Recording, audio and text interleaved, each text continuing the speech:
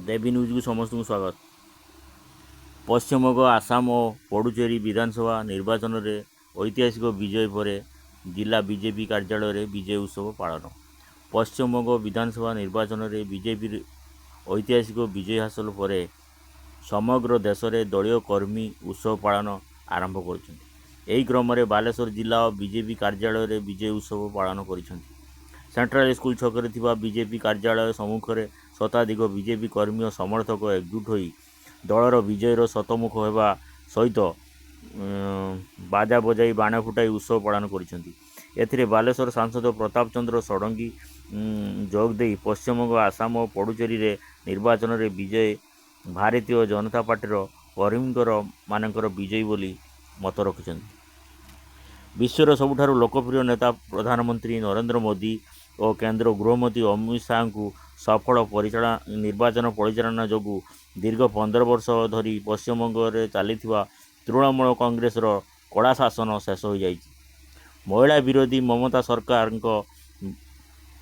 बांग्लादेशी अनुप्रवेश नीति रे एक प्रकार रोक लगे सह देशर सीमा आबद्ध होबारे प्रतिबंधक दूर होईछि।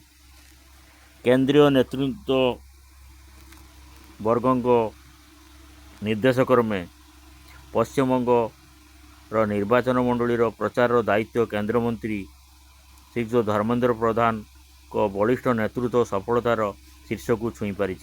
कर्मकर्ता निस्वार्थ सेवा तथा अगणित समर्थक भल पाइबा जोगु यह ऐतिहासिक विजय संभव हो पारिछि बोली मत रखिथिले। बालेश्वर जिलार सभापति ईश्वर चंद्र बेहेरा समस्त को मिठा और झालमुड़ी खुआई विजय उत्सव मनई। ग्रामांचल और सहरांचल शताधिक कर्मी उपस्थित रही विजय उत्सव पालन करते।